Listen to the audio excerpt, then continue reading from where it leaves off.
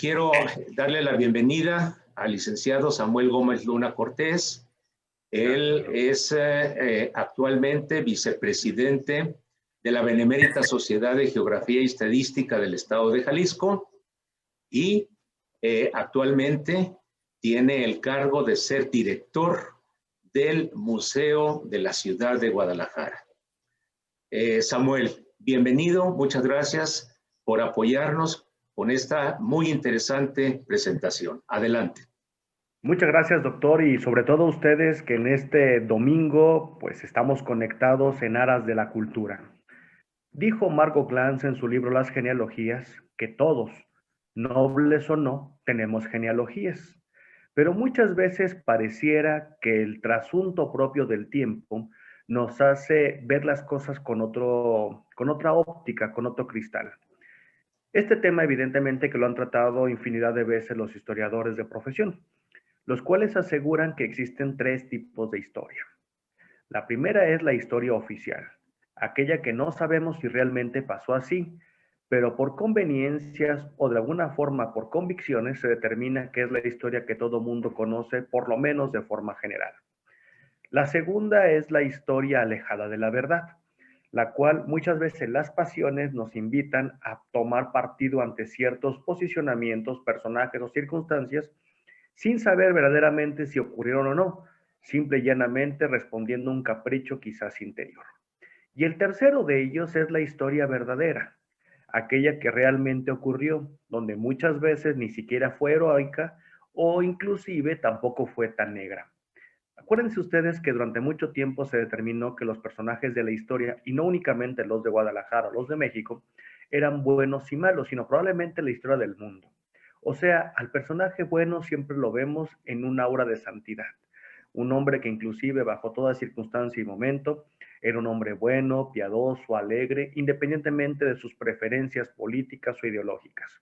Y en cambio tenemos a los bandos vencidos, o probablemente a los enemigos, quienes no solamente estaban rodeados de un hálito negro, sino que además su paso sobre la tierra era sumamente terrible.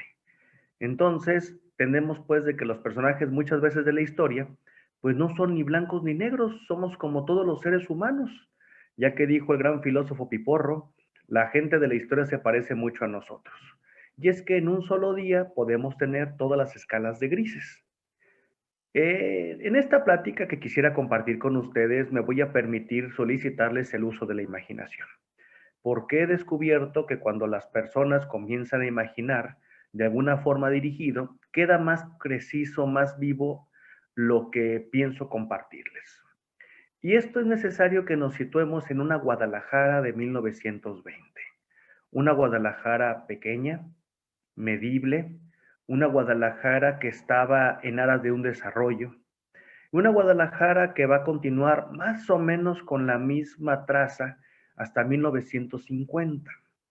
Pero en esta ocasión creo que es prudente que estemos imaginando los calores de mayo, con mayor exactitud un 20 de mayo de 1930. A eso de las 4 de la tarde aproximadamente, salíamos de la calle General Arteaga, ahí en el barrio del Santuario, una pequeña y modesta comitiva que por cierto iba presidida por un señor obispo, rumbo al Panteón de Mezquitán. No solamente iban unos cuantos jóvenes, jóvenes lumbreras que en su momento harán de Jalisco y Guadalajara uno de los centros culturales con mayor reconocimiento a nivel nacional, sino que caminaban acompañados del obispo Camacho, ya con problemas serios de movilidad, con un terrible conflicto de gota que le impedía trasladarse con cierta facilidad. Les decía que eso de las 4 de la tarde, un pequeño cortejo salía de la calle General Arteaga con una lluvia, una ligera llovizna que acompañaba a los dolientes. Llegaron entonces hasta el panteón de Mezquitán, hicieron las ofrendas propias y fue cuando determinaron que era momento de enterrar el difunto. Los periódicos, principalmente con la voz cantante, El Informador, dio una pequeña esquela donde decía que había muerto en la calle General Arteaga 162 el poeta Alfredo R. Plasencia, acompañado de unas cuantas personas que muchas de ellas le servían de sostén de la misma. Pues prácticamente así ocurrió el primer descanso de este poeta. Conforme el poeta iba evolucionando en su enfermedad, un día antes, un 19 de mayo, recorrió por última vez lo que conocemos ahora como el Jardín del Santuario. Y al momento de que llegó a su casa en la calle General Arteaga, casa que por cierto le era prestada, el padre comenzó a sentir que la muerte ya estaba tocando a sus puertas. Fue entonces que se sentó en una silla de esas que conocemos como sillas bajitas, y el padre únicamente comenzó a cerrar los ojos y a esperar con cierta parsimonia la muerte. Preguntó a los que estaban cercanos a él: ¿qué día es hoy? 19 de mayo, padre. Ah, 19, día de San José. Buena fecha para morir.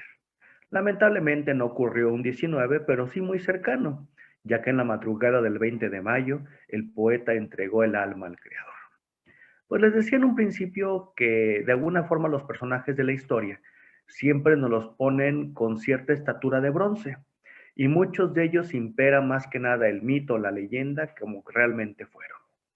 Alfredo R. Plasencia, o mejor dicho, Alfredo Plasencia Jáuregui, ya que aún le faltaban muchos años para adjudicar la R a su nombre, nació en la población de Jalostotitlán, Jalisco, un 15 de septiembre de 1875.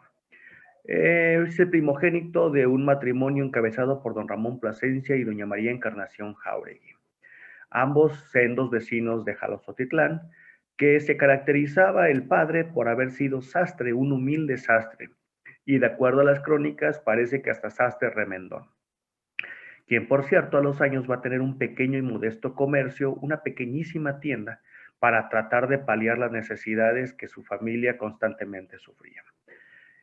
Este matrimonio pues va a encabezarse con el nacimiento propiamente de Alfredo, quien va a ser no solamente el primogénito, sino quien va a marcar de alguna manera el destino también de esta familia. El segundo de los hijos que nace de ese matrimonio fue Cristina, una niña que, de acuerdo a lo que sabemos, tenía una inteligencia por lo menos superior a la regular, y que ella constantemente tenía encuentros, si no místicos, sí con claros alcances religiosos. Y el tercero, el Benjamín de mi padre, como decía el poeta, va a ser Higinio Plasencia. Él va a desempeñarse y va a destacar también, pero en la cuestión de las armas, ya que él va directamente a enrolarse en las filas del ejército y le va a tocar ser uno de los personajes, pues por lo menos que tuvo participación en una de las batallas que van a determinar el rumbo de la Revolución Mexicana. Bien, pues siendo muy niño, Alfredo no solamente se caracterizaba por ser un niño bastante soñador, y esto lo sabemos porque en constantes referencias hacen alusión de que era muy común que se perdiera la lontananza y de alguna forma siempre tuviera eso que caracteriza a los poetas, esa extraña sensibilidad para ver todo y no decir mucho. A la edad de 12 años tiene que trasladarse a la ciudad de Guadalajara. Imagínense ustedes que un niño a los 12 años tiene que dejar su natal paraíso, pues para tomar uno de los caminos que el destino le tenía ya dictaminado. A los 12 años, ¿qué voluntad se tiene? ¿Qué se puede pedir? Verdaderamente se sabrá lo que se quiere en la vida. Pues Alfredo Plasencia sale montado a caballo hacia Guadalajara. A los años nos va a decir en uno de sus poemas que vio entonces a sus torres y a sus palomos y a toda la gente que quería para llevársela en el corazón. Va a llegar a una Guadalajara pequeña, medible, pero no dejaba de ser la gran ciudad de Guadalajara. Alfredo entonces a los 12 años decide la familia matricularlo en el seminario, ya que no olvidemos que por la época era muy común que tuvieran dos destinos, por lo menos el seminario o en su caso el ejército. La primera era entendible y más viniendo de los Altos de Jalisco, ya que tener un hijo o una hija religioso o religiosa no solamente era una obligación, sino que era una bendición. Y no hay familia alteña que se respete que no tenga entre sus genealogías por lo menos alguna religiosa, algún sacerdote o religioso. Y en Alfredo ocurre más o menos lo mismo. Existen ciertos debates en realidad para determinar por qué Alfredo va a tomar la vida religiosa. La que al menos más nos convence es que la situación de su casa era sumamente precaria. Los padres vivían de una forma muy modesta. Les he dicho en un principio que el padre de don Alfredo, don Ramón Plasencia, era sastre. Y actualmente se puede visitar la casa del padre Plasencia, la casa en la cual nació. una casa sumamente pequeña que solamente contaba de una estancia y una pequeña pieza. En dicho espacio pasaba la familia, los 5 integrantes y además el buen Bartolo. Bartolo era ayudante de sastre de don Ramón. Entonces imagínense ustedes el bullicio de unos escasos, quizás 15, 20 metros cuadrados para una familia con 3 niños, los padres y todavía el ayudante de don Ramón. Un pequeño patio donde existía, por cierto, un granado. Granado al cual el padre Plasencia a los años le va a dedicar uno de los poemas, creo yo, más bellos en torno a la creación literaria que nos deja. La verdad de las cosas es que esa familia la pasaba relativamente mal, ya que la situación económica no era la óptima. Y además que va a ocurrir también, creo yo, una de las primeras marcas que van a, pues de alguna forma van a subrayar el carácter del padre Plasencia. Sabemos que su madre, doña Encarnación Jáuregui, era una mujer sumamente alegre, que le gustaba la música y las tertulias. Actualmente esto nos parecería lo más natural y aceptado del mundo, pero imagínense ustedes para un Jalostotitlán de 1890, donde una mujer tuviera gusto por la música y que le gustara cantar, algo que sin duda alguna tuvo que haber horrorizado a más de alguna. El padre Plasencia entonces les decía que van a determinar que él vaya a ser sacerdote. La primera de las condiciones es que él era el mayor. Y la segunda es que era la única manera en que su hijo, don Alfredo, podría tener la educación. Y esto se vería reflejado en una mejora de vida. Constantemente le decía el padre de Alfredo, a don Ramón a don Alfredo, que siendo sacerdote nunca le faltaría el pan en su mesa, ya que constantemente la falta del mismo pues era latente en toda la familia. Entonces ahí tienen que a los 12 años llega aquí a esta ciudad de Guadalajara e ingresa al seminario. Los primeros años los va a pasar como externo. Sabemos que era muy cerca del actual seminario, lo que ahora conoceríamos como la Secretaría de Cultura o el edificio Arronis. Y estuvo en la calle de Garibaldi, muy cerca del Templo de San Diego. Y sabemos que la casera que lo recibía, de nombre Lupe o Guadalupe, era una mujer que tenía fama de apoyar a todos aquellos que llegaban precisamente de Jalostotitlán. Y fue entonces cuando el niño Alfredo, de 12 años, insisto, va a quedarse en esta ciudad. Los primeros años los pasó como externo y tuvo que ganarse la vida ayudando en los diferentes oficios. Uno de ellos, por ejemplo, consistía en trabajar en un periódico, no solamente repartiéndolo, sino ayudándolo en su impresión, ya que con un sello considerable, Alfredo era responsable de poner el encabezado a cada periódico. Sabemos que el periódico que más le gustaba distribuir, o por lo menos tener relación, era la Linterna de Diógenes. Entonces, con los pocos centavos que lograba obtener, pues de alguna forma trataba de paliar el hambre. Sabemos que la relación económica era tan mala que unas veces ayunaba y las otras no comía, lo cual evidentemente que para cualquier estudiante, pues pasar el estudio con hambre creo que no ha sido lo más óptimo. Sin embargo, al poco tiempo de eso, se va a inaugurar lo que ahora conocemos como el edificio Arronis, la Secretaría de Cultura de Jalisco, y van a invitar al joven estudiante, don Alfredo, para que escriba un poema para inaugurar el lugar. El poema no solamente gustó bastante, sino que se le notaba ya la vena que tenía este personaje. Insisto, era un personaje sumamente sensible y era un personaje que le gustaba sobre todo el encuentro con las letras. Entonces, don Alfredo pues continuó sus estudios aquí en Guadalajara. Venturosamente tuvo un amigo que va a ocupar importantes dignidades en la mitra, ya que el padre Plasencia le va a dedicar uno de los poemas, creo yo, más bellos, no solamente por extensión, sino de gratitud a su amigo Antonio Correa, el cual va a titular precisamente A las puertas de Antonio.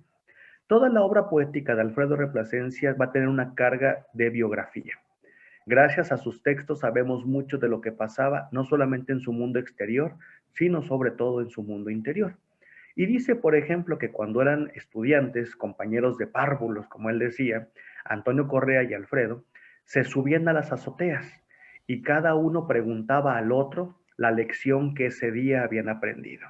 Antonio Correa llegó a ocupar una alta dignidad en la mitra de Guadalajara y eso le va a servir en un futuro para que Alfredo, pues al menos su destino no fuera tan incierto, o entre comillas lo digo, tan conflictivo. Continuó sus estudios y sabemos, gracias a las calificaciones que se guardan, que al menos en las ciencias espirituales, pues no le iba muy bien a este personaje. Sin embargo, en todas aquellas artes que tenían que ver directamente con las humanidades, no solamente tenía calificaciones sobresalientes, sino que verdaderamente rozaban la genialidad. Sabemos que dominaba el latín, conocía bastante del griego, y eso le permitía hacer juegos verbales, ya que llegó a hacer traducciones directamente del griego y del latín con poética, lo cual no es tarea menor. Continuó su vida en el seminario y va a ocurrirle algo que valdría la pena precisar. Mientras se encontraba el joven Alfredo repartiendo y vendiendo periódicos, principalmente a las afueras de lo que hoy conocemos como el exconvento del Carmen, mientras que el padre vendía estos periódicos, siendo un muchachillo, va a ver a una niña de falda cónica y ojos azules, niña que lo va a dejar profundamente marcado. No solamente por la belleza, sino además porque contrastaba ella toda perfección y el vestido con harapos. La niña de alguna forma observaba a Alfredo y yo creo que empezaba el coqueteo, pero Alfredo entonces continuaba vendiendo sus periódicos. De buenas a primeras la niña desapareció y cuando Alfredo voltea se da cuenta que la niña, esa niña de ojos azules y falda cónica, se encontraba frente a él y ella, en un acto creo yo simbólico, le entrega una rosa. Alfredo la toma, contrasta la belleza de ella ante la pobreza de su vestido y lo único que atina a hacer es correr para esconderse. Pero hay veces que el destino nos juega bromas y mientras corría, tienen ustedes que al pobre de Alfredo se le rompieron los zapatos. Alfredo se encontraba escondido de alguna forma y observaba de vez en cuando a la niña. Y ella con una mirada bastante sonriente, pues constantemente le lanzaba esas miraditas. Es un dato importante que quisiera que no olvidaran. Conforme fue avanzando la formación de don Alfredo en el seminario, sabemos gracias a sus referencias propiamente de sus maestros, que Alfredo no tenía realmente una vocación religiosa. No quiere decir con esto que no fuera creyente, recordemos que era de los Altos de Jalisco, sino que él realmente no sentía la vocación para haber sido sacerdote, ya que es constante encontrarnos en las notas que dejaban sus maestros y coadjutores que tenía don Alfredo que repensar muy bien si tenía o no el llamado a la vida religiosa. La familia del poeta se había quedado en Jalostotitlán, pero debido a las condiciones que se encontraban, la familia determina venirse aquí a Guadalajara. Y es estando aquí en Guadalajara cuando el padre de don Alfredo, don Ramón Plasencia, va a contraer una enfermedad mortal y le van a quedar escasas semanas o días de vida. Mientras que los pobres y escasos médicos se podían llegar y sobre todo hacerse de medicinas, la enfermedad evolucionaba. Y cuando se encontraba don Ramón ya en la antesala de la muerte, fue su hijo a despedirlo. Mientras se encontraba don Ramón en los estertores de la muerte, voltea y le dice a su hijo: prométeme aquí antes de que me muera que te vas a ordenar sacerdote. El padre con ganas de morirse y el hijo con ganas de prometerle todo. Padre, te prometo que me ordenaré, y no solamente eso, sino que tu nombre siempre me acompañará. En ese momento don Ramón entregó el espíritu y va a ser en ese instante cuando Alfredo va a adjudicarse la R de Ramón a su nombre, y a partir de ahí comenzará a firmar como Alfredo R. Plasencia. Al poco tiempo de eso, el padre Plasencia se va a ordenar sacerdote en el templo de Santa Teresa. Y estando ahí, por cierto, va a tener después el llamado a su primer cantamisa, y es cuando va a empezar su martirio, lo digo entre comillas, a lo largo de sus destinos. Estuvo en más de 20 pueblos, cada uno peor que el anterior. Pueblos que a veces no llegaban ni siquiera al medio centenar de habitantes, pero bueno, la ordenanza era que el padre tenía que trasladarse. Les decía que a cada uno de los pueblos que le tocó prácticamente le fue peor, porque era un hombre sumamente sensible, que le gustaba la literatura, la reunión con los amigos inteligentes, pero sobre todo la música. Don Alfredo no solamente va a tocar el piano, quizás no con cierta maestría, pero sí lo suficiente para poder interpretar. Lo que sí sabemos que era un apasionado e inclusive llegó a ser bastante reconocido es cuando tocaba el saxofón soprano. O sea que tenemos todo el cuadro de un bohemio, un hombre que tenía el interés no solamente por las artes, por las humanidades, sino que además le gustaba que la música volara en el ambiente. Les decía que estuvo por lo menos en más de 20 destinos, perdón, a lo largo de su ministerio, cada uno peor que el anterior.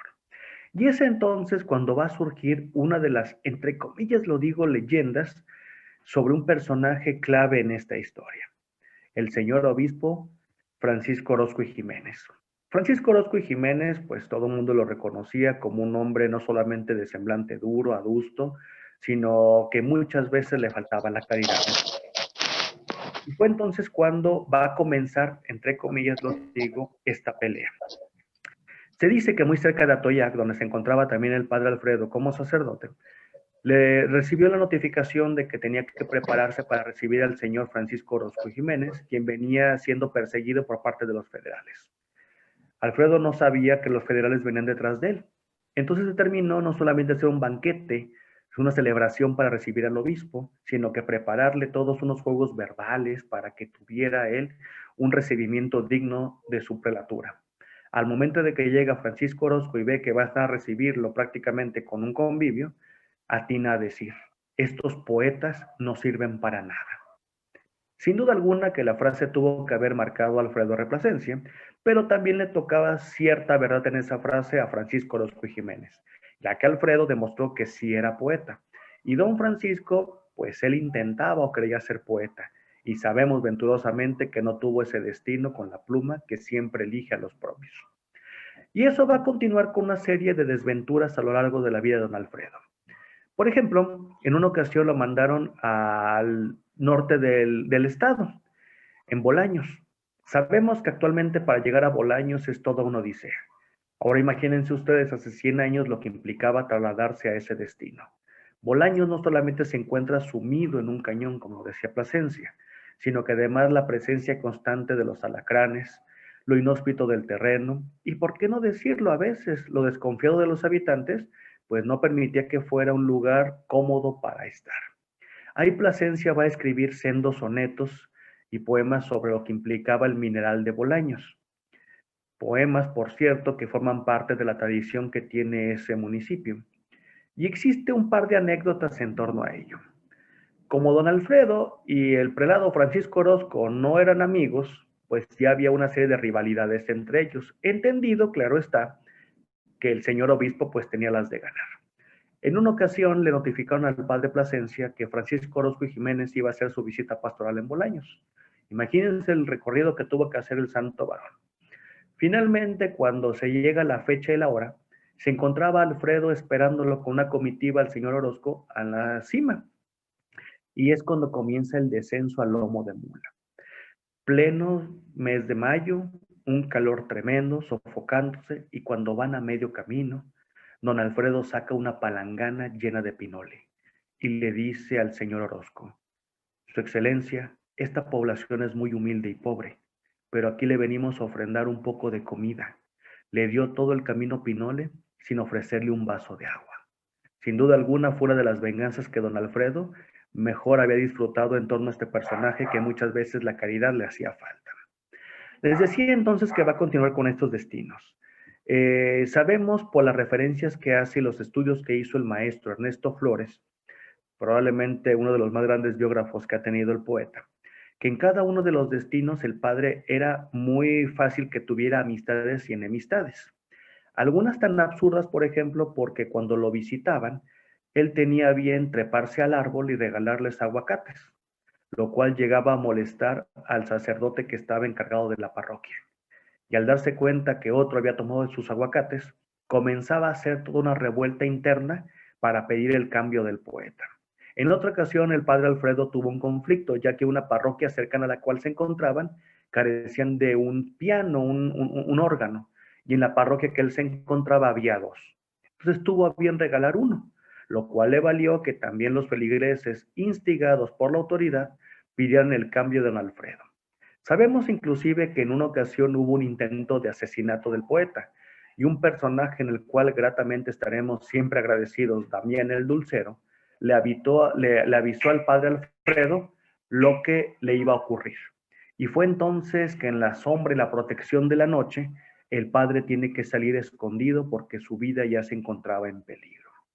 Pero siempre fue un hombre sumamente agradecido, ya que les decía que existen donde quiera testimonios de que era el hombre más desprendido que puedan ustedes imaginarse. Un hombre cuyos pocos haberes, que la mayoría de las veces se los debían, los entregaba a la caridad. Vivía de forma sumamente humilde y modesta. Eso sí, pueblo que llegaba preguntaba quién eran las personas con las cuales pudiera entablar alguna relación, no solamente musical, sino inclusive de carácter poético, ya que el lugar que llegaba buscaba que la conversación fuera inteligente y sobre todo ágil. Y esto pues muchas veces motivaba que se ganara desventuras en torno a lo mismo. Otro de los lugares que estuvo el padre Plasencia fue el famoso Temacapulín, uno de los poblados que creo que todo mundo reconoce por la famosa presa de Temaca y esta posibilidad de inundar al pueblo. En la época que llegó el padre Plasencia era una población viva y además que el padre constantemente por sus dotes musicales, y dice la maestra Sara Velasco, una de las más grandes críticas literarias, que el padre Plasencia era un hombre sumamente atractivo. Entonces, al momento de que era un hombre sensible, poeta y que tocaba y que sabemos por lo menos cantaba cuadradito, iba formando grupos musicales. Evidentemente que un personaje de esas alturas pues iba generando también suspiros. Y una de las anécdotas que valdría la pena precisarles es que mientras el padre se encontraba a punto de celebrar una misa, llegó el fornido hueso, o sea, estos personajes que buscan siempre ser los matones y amos y señores del pueblo, ya que pues notaba que el padre era un hombre que caía muy bien. Y al momento que el padre se dirige a celebrar, se le ocurre decir este fulano en voz alta para que el padre escuche: lástima que sea sacerdote, si no lo retaba a duelo. El padre volteó y le dijo: permíteme poquito. El padre fue, celebró, terminó de celebrar, entró a la sacristía y ya se vistió de civil. Y en ese momento salió y enfrentó a aquel que lo había retado. El padre Plasencia usaba pistola, cosa de la época, pero sin balas, ya que sabemos que no es cristiano matar. Pero bueno, eran las condiciones y las circunstancias de esa época. En Temaca va a dejar también el padre unos poemas que van a formar parte sin duda alguna de esta tradición literaria. Yo siempre he creído que gracias a los poemas de Plasencia, Temaca se ha reconocido. Y probablemente el más famoso de estos poemas es el Cristo de Temaca, poema que sabemos gracias al último juglar Juan José Arreola, fue el poema que le abre a Arreola el mundo de las letras. Y Arreola, siendo un niño de escasos 4 años, se subía a una de esas sillas bajitas y comenzaba a declamar el Cristo de Temaca, el cual dice, un fragmento porque es bastante extenso: hay en la peña de Temaca un Cristo, yo, que su rara perfección he visto, jurar puedo que lo pintó Dios mismo con su dedo. En vano corre la impiedad maldita, y ante el portento la contienda entabla. El Cristo aquel parece que medita y parece que habla. Oh, que Cristo se le puede encontrar todas las venas, y en la apagada luz de sus pupilas se traduce lo enorme de sus penas, en la espinada frente, en el costado abierto y en sus heridas todas. ¿Quién no siente que ahí está un Dios agonizante o muerto? Mira al norte la peña en que he encontrado, en que la bendita imagen se encontraba. Si al norte de la peña está Temaca, ¿qué le mira a Temaca tanto el Cristo? Y es un poema que sigue, pero hace una perfecta alusión, ya que en Temaca existe una formación de piedra, una montaña, que la naturaleza de alguna forma dibujó un Cristo crucificado. Y dicen los expertos en las artes espirituales que solamente las almas liberadas, buenas y puras, son dignas de ver ese Cristo que en la peña de Temaca se asoma. Entonces sabemos que Alfredo no solamente lo vio, sino que lo cantó. Cada uno de estos destinos les decía que era más difícil que el otro. Llega un momento que ya va a estar en Lagos. En San Juan de los Lagos va a tener no solamente la facilidad económica, sino que además existía un grupo de sacerdotes que ayudaban a la administración. Alfredo va a mandar montonal de cartas al arzobispado pidiendo que le paguen lo que le debían. Tan es así que conservamos una carta en la cual el padre le pide a la mitra que por favor consideren ya darle vacaciones, ya que ha tenido que trabajar por más de 20 años sin haber recibido vacaciones por eso, y únicamente está pidiendo 10 días para venir a la ciudad de Guadalajara para arreglarse los dientes. Las cartas existen en el archivo del arzobispado, lo cual nos habla de alguna manera cómo era el trato que recibían. Ahora bien, el padre Plasencia les decía que había tenido, ya el padre había muerto, quedaba la mamá y los dos hermanos. Pues la hermana, Cristina, ella va a tomar camino religioso y va entonces a irse a Chilapa, Guerrero. El padre Plasencia la va a mandar allá. Y sabemos que va a cambiar su nombre al nombre religiosa por el de Sor Eulalia. De ella sabemos que no solamente tenía la vocación, sino que además era el rumor constante entre los habitantes de Chilapa que la mujer era santa, ya que eran constantes las virtudes que mostraba. En una visita que le hace el padre Alfredo de Plasencia a ver a su hermana, se da cuenta que las monjas viven en una pobreza tremenda. Y es entonces cuando hace uno de los actos, creo yo, más nobles que pueden encauzar cualquier ser humano, y más un escritor. Al darse cuenta de la miseria y las enfermedades que tenían, el padre determina ceder los derechos de sus pocos libros para que puedan ellas sostenerse y sobre todo que la madre priora pueda sobrevivir, ya que la enfermedad estaba minando con su salud, pero la pobreza era tal que era imposible poder pagar las medicinas. Lamentablemente al poco tiempo, pues la madre se curó, como decía el padre, y fue entonces cuando entregó el cuerpo para dedicarse en plena alma a alabar al Señor. La hermana, lamentablemente lo digo, estaba en Chilapa y el hermano, Higinio, estaba en el ejército. Higinio va a morir en Jerez, Zacatecas, en la calle de Moya, en uno de los combates que hubo en esa región. Y al darse cuenta Alfredo, cuando recibe el sobre negro con la misiva, con la muerte de su hermano, va a dedicarle unos poemas sumamente dolorosos y bellos a la muerte de su hermano, donde existe, por cierto, un verso, que creo que puede competir perfectamente con La suave patria de Ramón López Velarde. Le dice el poeta a su hermano, donde al sentirte con el cráneo roto, corrió a envolverte en su piedad la patria. A los 6 días de muerto su hermano, recibe la segunda misiva, otro sobre negro que le informaban que en Chilapa había muerto su hermana Cristina, Sor Eulalia. 6 días de diferencia, el padre se quedó prácticamente solo. La mamá seguía con vida, pero por disposiciones del arzobispado determinaron que no podía estar cercana a su madre. Y fue entonces cuando va a morir la mamá del padre, María Encarnación, en San Isidro Mezatepec. Y es ahí donde el padre solamente sabe que ha muerto su madre. No pudo acercarse a darle la última despedida. Ya estamos llegando entonces para 1918.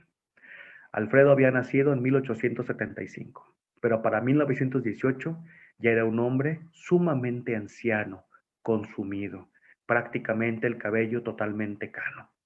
Y es entonces cuando lo mandan, sin duda alguna gracias a las gentiles gestiones de su amigo Antonio Correa, a la población de Tonalá, un pueblo que todavía en aquella época tenía muy viva la presencia de supercherías, ya que gracias a las cartas que deja Alfredo y a los apuntes en los libros de la parroquia, sabemos que había muchísima gente que seguía practicando una especie de idolatría. Alfredo entonces ya se encontraba solo, no tenía por qué vivir. Pero fue entonces cuando el destino toma una de sus jugarretas, venturosamente por cierto, y es cuando conoce a la familia Cortés Carrasco. Dicha familia estaba encabezada por Pío Cortés y Mariana Carrasco, habitantes de Tonalá. La familia de Pío se caracterizaba porque prácticamente todos eran rubios de ojos azules, teniendo por hija mayor a doña Josefina. Estos personajes no solamente ayudaban al templo, sino que además hacían velas que servía para el culto. Y además era gente sumamente industriosa, porque lo mismo fabricaban dulces, preparaban dulces, hacían comidas, cenadurías, lo que fuera necesario para tratar de mitigar el hambre. Y es entonces cuando ocurren, como dice el poeta, los secretos del amor. El amor sabe callar o vence los abismos, tal como aquel que cura y melifica. El amor puede tanto que un tiempo lava, cura y deifica. Y es entonces que para 1920, pues el padre Plasencia le notifican que va a tener un hijo. Eso sin duda alguna que tuvo que haberle causado al padre pues, una gran alegría, pero también pienso que una gran preocupación, porque si de por sí ya había una muy mala relación con el señor obispo, imagínense cuando se supiera que estaba a punto de una paternidad. Existió un personaje que probablemente más de alguno lo reconoció, habitante del barrio del Santuario, José Padilla. Dicen las personas que lo conocieron que era célebre porque iba a la paletería y según él iba a enamorar a las muchachas cuando ya el hombre ya no podía ni siquiera las dentaduras. Y habían sido compañeros del seminario Alfredo y José Padilla. Tan grande fue su amistad que entre ellos se hablaban de hermanos. Cuando se casa José Padilla, ya que la vida religiosa definitivamente no le llamó, Alfredo lo invita para que él y su esposa pasen la luna de miel en Amatitán, la población en la cual el padre Plasencia también se encontraba a lo largo de sus destinos. Esta relación nos permite entender cómo se querían. Al tiempo saben que José Padilla tiene una hija y se encontraba sumamente delicada de salud. Alfredo no solamente le dice que hará oración por ella, sino que lo espera para que lo visite donde se encontraba, ya que quizás el cambio de aire ayude a que la pequeña se salve. Lamentablemente, estando José Padilla y su familia con el padre Plasencia, muere la pequeña y Alfredo mueve sus pocas influencias para que la niña la logren enterrar directamente en el altar de la parroquia. Recuerden ustedes que era uno de los privilegios que prácticamente ya no existían o no eran posibles. Pues Alfredo, cuando se da cuenta de su inminente paternidad, sin duda alguna queriendo abrir el corazón, le platica a su amigo de confianza lo que le ocurría. José Padilla lo escuchó y al momento de terminar de escuchar a su amigo le dijo: mira, Alfredo, ni el primero ni el último. Yo te aseguro que lo más sensato es que pues la abandones, te vayas del lugar. Pues sí, a lo mejor te van a regañar, pero pues, no pasa de eso. Alfredo lo escuchó y como buen alteño se puso colorado. Al momento de que terminó de hablar, Alfredo voltea y le dice: nunca esperé que tú dijeras eso. Si fui hombre para hacerlo, soy hombre para sostenerlo. ¿Qué culpa tuvo ella? Y sobre todo, ¿qué culpa tendrá esa criatura? Si hubo pecado, fue porque yo insistí. Ella era señorita. El otro, al escuchar la respuesta y lo fúrico del poeta, pues se sintió desprotegido. Y fue entonces cuando Alfredo va a hacer uno de sus característicos arranques. Dice: a partir de este momento, José, usted y yo no somos amigos. Eso, sin duda alguna, que siempre estuvo marcando la vida de José Padilla, ya que a los años mandaba a José Padilla a la propia esposa para pedirle de rodillas que volvieran a ser amigos el padre Plasencia y don José. El padre Plasencia nunca lo aceptó. Y lo decía: no esperaba que un amigo fuera tan cobarde y me reconociera eso. Pues entonces, un 12 de octubre de 1920, viene a este mundo el hijo de Alfredo Plasencia y Josefina Cortés, Jaime Cortés. Evidentemente que no lo podía registrar al nombre del padre ni bautizar, pero siempre estuvo presente en la vida. Fue entonces cuando la familia Cortés Carrasco y el padre Plasencia hacen, creo yo, una de las mejores reuniones secretas de la historia, ya que tenían que ver cómo iban a actuar a través de ese momento. Públicamente se decía que los abuelos de Jaime iban a ser sus padres, la mamá de Jaime iba a ser su madrina y el poeta, el sacerdote, iba a ser su padrino. A partir de ese momento, la familia Plasencia Cortés nunca se separó. Pero bueno, ya Alfredo tenía 45 años y les digo, ya estaba muy vencido por el tiempo y era un anciano de más de 70. Es entonces cuando, pues sin duda alguna, le surgen nuevos bríos. Y va a escribir uno de los poemas, creo yo, más bellos, titulado Adaltare, el cual dice: para mi hijo Jaime, con devota ternura, os anuncio una nueva: hay que bajar al río y lavar en sus aguas al hijo mío, donde el dolor abreva. Yo he de ser quien oficie, grave y adusto, hará de comba inmensa el firmamento, el pilo de pila el río. Ya ven que todas las estrellas se entregan a este el grito mío. El padre estaba sumamente feliz porque, bueno, ya tenía una razón suficiente para vivir. Y es entonces cuando el padre va a comenzar otro de sus eternos exilios. Lo van a mandar castigado hacia Los Ángeles. Venturosamente en ese destino van a conseguir tanto él como doña Josefina ahorrar lo suficiente para comprar una vieja casona en San Pedro Tlaquepaque, en la calle Progreso 178. Después logra también juntar dinero suficiente en Estados Unidos, pesetas americanas decían, para que pudieran imprimir sus libros, porque el poeta ya gozaba de cierto prestigio y popularidad, pero nunca había visto uno de sus libros publicados. Y es entonces que es a través de la editorial Subirana, en Barcelona, España, que se logran publicar sus 3 libros. El libro de Dios, del cuartel y el claustro, el que les decía que era en torno a las muertes de sus hermanos. Al momento de que terminan esos 3 libros, van a llegar aquí a Guadalajara. Y el padre, evidentemente, que pues quería que sus libros se difundieran. Lamentablemente hubo una orden por parte del arzobispado, en el cual decía que nadie podía acercarse a los libros de Plasencia, ya que creían que era un sacerdote alcohólico, ya que solamente un alcohólico, un loco, puede atreverse a hablarle a Dios de esa manera. Al final de cuentas, los libros terminaron vendiéndose al kilo. Y sabíamos, gracias a un mutuo conocido y amigo, el licenciado Fernán Gabriel Santos Coy, quien fue decano de la Benemérita Social de Geografía y Estadística, que su señor padre compró todos los libros que tenía Jaime Fortino, Fortino Jaime, del padre Plasencia, y en cada una de las tertulias las cuales era invitado, llevaban uno de esos libros como obsequio. Actualmente, tener alguno de los libros originales del padre Plasencia no solamente es un logro, sino que es una muy buena inversión, ya que son libros de colección sumamente escasos y sobra decirles el valor que tienen. Entonces aquí tenemos que la situación pues ya estaba empeorando a la vez, pero tenían razones suficientes para vivir. ¿Por qué era parte de esta declaración? Lo que pasa es que yo siempre he creído que los genios se adelantan a su tiempo. Y Alfredo Plasencia, que por cierto nos hace falta un buen estudio sobre su doctrina teologal, era un hombre que va a tener mucho del pensamiento jesuítico. Probablemente el poema más conocido es El ciego Dios. Para muchas personas que jamás lo han leído o lo han escuchado, es un poema sumamente violento, pero no alcanzan a entenderlo, el cual dice, así te ves mejor crucificado. Bien quisieras herir, pero no puedes. Quien acertó a ponerte en ese estado, no hizo cosa mejor, que así te quedes. Dices que quien tal hizo estaba ciego.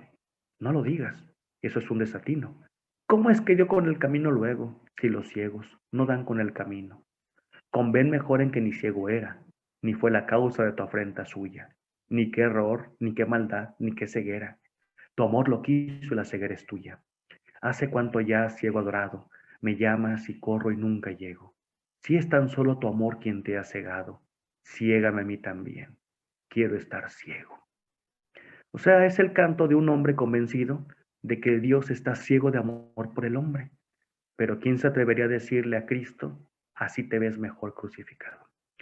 Sabemos a lo largo de la correspondencia del Padre que constantemente le reñían por esos arrebatos de confianza. Y él decía, no se preocupen, yo conozco a Dios y estoy seguro que es lento para enojarse. Creo que una de las mejores frases que nos deja el maestro Ernesto Flores fue que Alfredo de Plasencia le habla a Cristo de tú a tú, un Cristo cercano, un Cristo que te entiende, un Dios no castigador, sino alguien que entiende la naturaleza y el dolor del ser humano. Dejó, insisto, 3 libros. Sabemos por lo menos de otro que probablemente está perdido, un libro dedicado al padre Luis de Amatitán, uno de los pocos destinos en los cuales fue bien querido y fue bien tratado. Y hay una anécdota que quisiera compartirles prácticamente para terminar esto. El padre Plasencia les decía que tenía su casa en la calle de Progreso 178 en Tlaquepaque. Iban los domingos a verlos unos jóvenes muchachos y después, cuando se cambia el valor del santuario, todos los domingos era menester que se reunieran. Jóvenes que no prometían quizás para muchos, pero que Alfredo, que siempre fue amigo y defensor de la juventud, siempre vio en ellos que había un potencial. Uno de los mejores prólogos, creo yo, más bellos que existen, lo escribe uno de estos muchachos, Alfonso Gutiérrez Hermosillo, donde dice que era un viejecito con cejas tolstoyanas y una impecable opalanda de pintor. Un hombre blanco y rojo que siempre que te le acercabas olía limpieza. Al tiempo, el padre Plasencia con la familia se van a cambiar a la calle de General Arteaga. Y era entonces cuando todos los domingos religiosamente el joven o el niño Jaime Cortés tenía que abrirle la puerta a los jóvenes Alfonso Gutiérrez Hermosillo y don Agustín Yáñez. Tan es así que una de las primeras novelas de Agustín Yáñez, el prólogo lo hace el padre Plasencia, y en una dedicatoria que poseemos dice: a mi clásico amigo, don Agustín Yáñez, de quien mucho se espera en las letras nacionales. Sin duda alguna, Plasencia fue el primero que vio que don Agustín tenía zancas de jinete.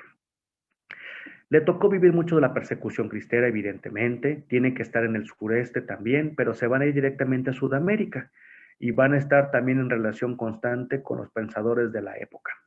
Plasencia, ya entonces viejo y vencido, no por la edad, sino por las enfermedades y los destinos que habían tomado sobre él, va a llegar entonces finalmente a Guadalajara.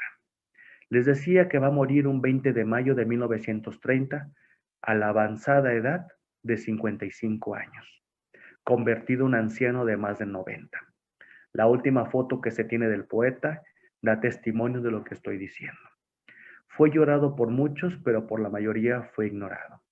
Antes de morir, el poeta le dijo a doña Josefina: mira, güera, no quiero que llores cuando falte. Todo lo que tenemos es de ustedes. Cuídalo bien. Cuídalo, por favor. Que nadie les quite las pocas cosas que tenemos. Hubo una orden por parte del arzobispado para que se recogieran las poesías del padre Plasencia. Venturosamente nos entregaron. Una, en cambio, sabemos por testimonios que parece que fue quemada. Loco Dios, el cual el arzobispo pidió que se quemara frente a él, ya que no podía permitir que un hombre le hablara así a Dios de esa confianza y de ese amor. Alfredo tiene otro poema que me gusta mucho precisar porque habla de esta espiritualidad que tenía. Dice: tú sostienes el orbe con un dedo, eso a decir verdad no es maravilla. Puedo yo más que tú, que soy de arcilla, y ya lo has visto en el altar. Te puedo. ¿Crees poder tú más que yo? Anda, te desafío. Y si es tal que tu potencia es mucha, vénceme en la lucha, que a ti nomás te ame, Jesús mío. Alfredo, les digo que pasó entonces a un olvido y hubo toda una campaña de desprestigio por este poeta, que no solamente fue hombre, sino que supo amar también la vida. A los años, la justicia poética volvió a salir. Se descubre a Plasencia como uno de los grandes poetas que ha dado México, el San Juan de la Cruz mexicano, un poeta místico religioso, pero que no caía en ñoñerías. Personajes de la talla de Gabriel Said, Carlos Monsiváis, José Emilio Pacheco o inclusive en la Universidad de la Sorbona en París dedican un seminario en torno al existencialismo de este poeta, ya que no solamente era un hombre que confiaba en Dios, sino que era un hombre que literalmente cuando escribía sus poemas lo hacía sin medirlo, ya que métrica corría por sus venas. Pues de esta manera sumamente sencilla y somera, les he platicado un poco la vida y obra de mi bisabuelo. Muchas gracias por esta invitación, doctor. ¿Eres bisabuelo? ¿Ya dijo? ¿El bisabuelo?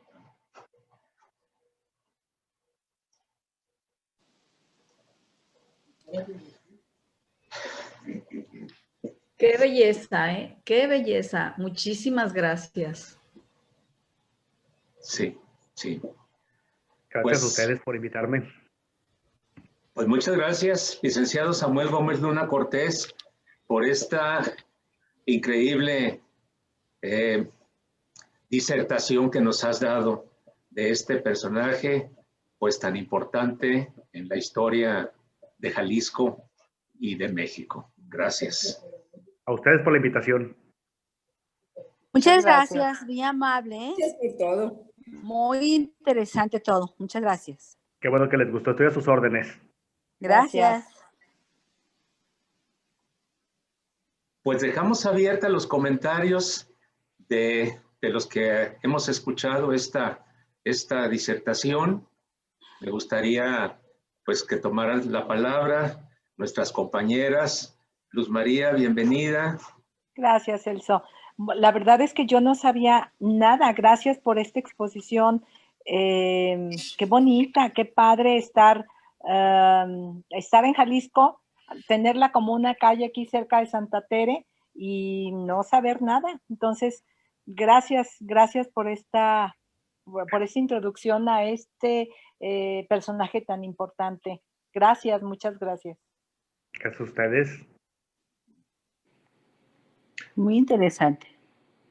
Muchas gracias. Eloísa, Felicidades La por verdad ese es que bisabuelo, ¿eh? Lupita. sí.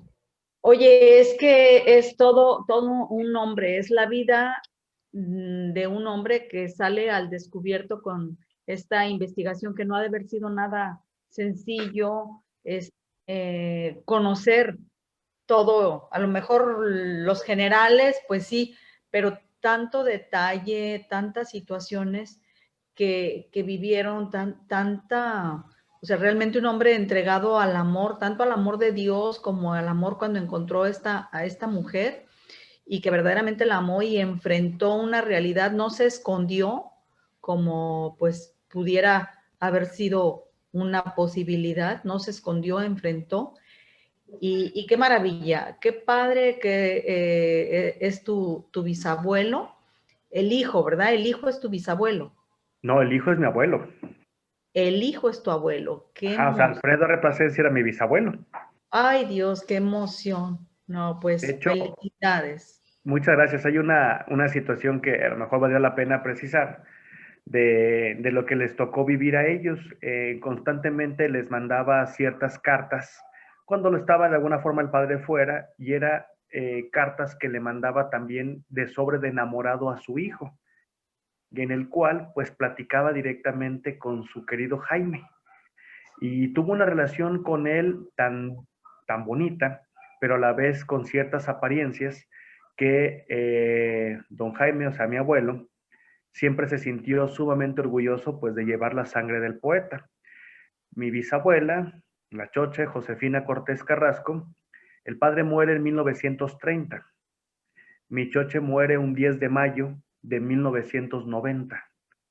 Y en esos 60 años no hubo un solo día sin que no se mencionara cómo había sido el padre Plasencia y la alegría que irradiaba en la casa a través de la música y las letras. Y qué Fíjate. seguridad le dio al chamaco, qué padre, ¿eh? ¿Sí? Sí. A pesar de que no era posible estar siempre cerquita, sí lo tenían cerca siempre. Sí, así es. Qué padre, qué bonito. Pues muchísimas gracias, así Al esta contrario, gracias a ustedes presentación, por invitarme. como dice Luz María, yo tampoco sabía nada de don Alfredo R. Plasencia más que la calle Alfredo R. Plasencia. Que por cierto está mal escrita. Eso lo hizo Agustín Yáñez como un acto de homenaje. Él va, cuando es gobernador, uno va a trasladar los restos del poeta al Panteón de Belén, a la rotonda, la primera rotonda. Sí. Segundo, va a darle una calle a Guadalajara. La calle dice Plasencia con SC. Realmente Plasencia firmaba únicamente con C. Y la tercera es que va a publicar lo que se conocía en ese momento como las obras completas del padre Plasencia. Entonces, no solamente fue su gran amigo, fue un buen discípulo, sino que le hizo justicia al bardo del dolor. Sí. Ujú.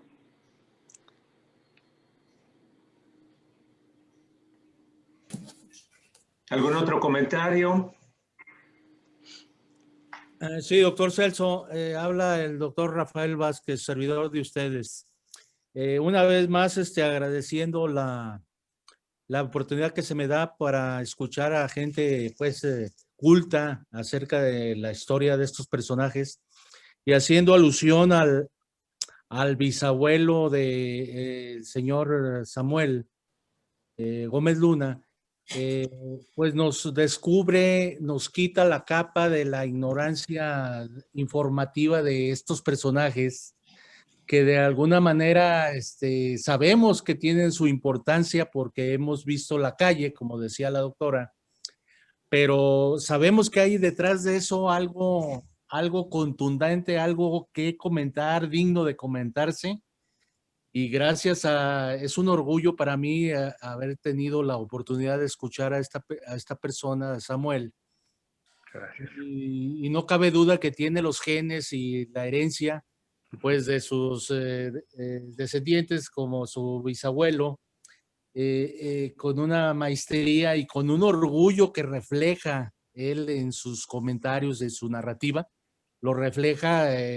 Pero pienso yo que es lo valioso que fue su personaje bisabuelo, lo refleja él mismo, ¿verdad? Felicidades, señor Samuel. su exposición. Gracias por la oportunidad de haberlo escuchado mediante el doctor Celso. Le agradezco, doctor. Buen día.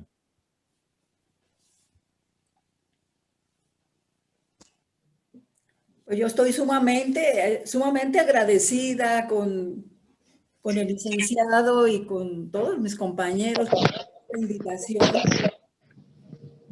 Y conmovida totalmente por el discurso, porque la verdad, la forma como lo es algo que solamente se explica con el corazón, con el alma. Te felicito, pues es una gracia de Dios tenerte y tenerte en el lugar donde has estado, donde te has desarrollado como persona y donde nos has podido compartir estos valores humanos y divinos. Porque no es más que eso, valores humanos y divinos. Esta es su obra completa. No presumo que la he leído, no presumo que la he leído, presumo que la tengo aquí entre mi colección y que de vez en cuando pues he leído algunos de sus versos y toda la parte primera que es la que tú nos has narrado, que no la he leído tampoco al pie de la letra, ni como tú lo dijiste tan contundente, pero la verdad es que yo me enmudezco, me quedo muda cuando encuentro una persona como esta. Y pues te felicito y me felicito a mí de haberte escuchado y de que tú lleves ese nombre. Dios te bendiga. Gracias, igualmente. Gracias a todos, compañeros. Los quiero mucho, ya saben. Gracias, Eloisa. Gracias, igualmente. Un abrazo para todos y que pues aquí sigamos. Claro.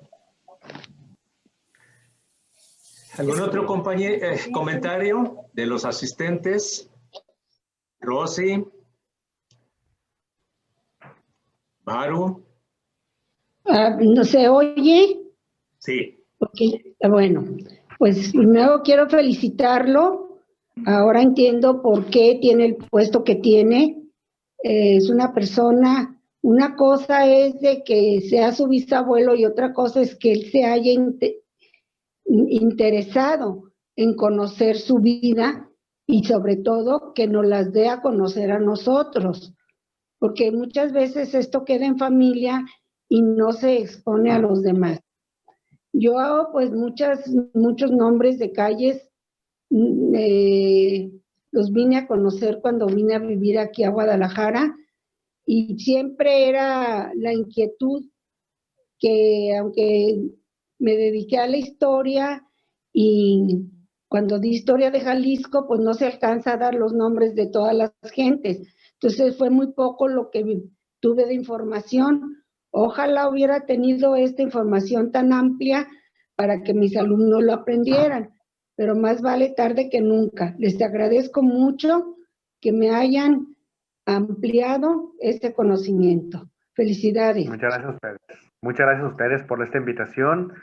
El libro que la doctora Eloisa muestra fue un libro que tardó el maestro Ernesto Flores más de 40 años en lograrlo. Ernesto Flores sabemos que fue, probablemente muchos lo conocieron, probablemente fue maestro de más de alguno. Fue dentista, que siempre se reconoció como el peor de los dentistas, pero uno de los más devotos lectores de poesía y poeta, por cierto. Cuando le decían a él que por qué no leía la obra del padre Plasencia, el maestro Ernesto Flores me decía que él repudiaba, porque todo lo que oliera a religión, decía él que no podía ser buena poesía. Con los años, cuando lo lee, se dio de topes, porque se dio cuenta que había perdido la oportunidad de haber conocido a condiscípulos del padre Plasencia, y sobre todo, pues, personas que lo habían tratado de diferentes maneras. Y Alfredo se va a convertir para el maestro Flores, pues no solamente en su gran amigo, de alguna forma su inspiración. La maestra Carmen Peredo constantemente me decía, yo estuve casada con 2 hombres, con Ernesto y con el padre Plasencia, ya que anduvieron en todos los destinos recabando información con los pocos sobrevivientes que quedaban. Lamentablemente, mi abuelo Jaime, el hijo del poeta, no alcanzó a ver ese libro, pero le quedó la satisfacción de saber que al final de la historia, su padrino, como él le mencionaba, alcanzó la gloria también entre los mortales. Y él me decía constantemente, yo no entiendo por qué la gente se preocupa tanto por las cuestiones de mi padrino, si nada más fue un hombre bueno, que supo amar, y eso sí, entendió que Dios no es aquel monstruo que muchas veces nos quieren mostrar. Dijo, yo no entiendo el problema, conozco al Señor y sé que Él me está entendiendo.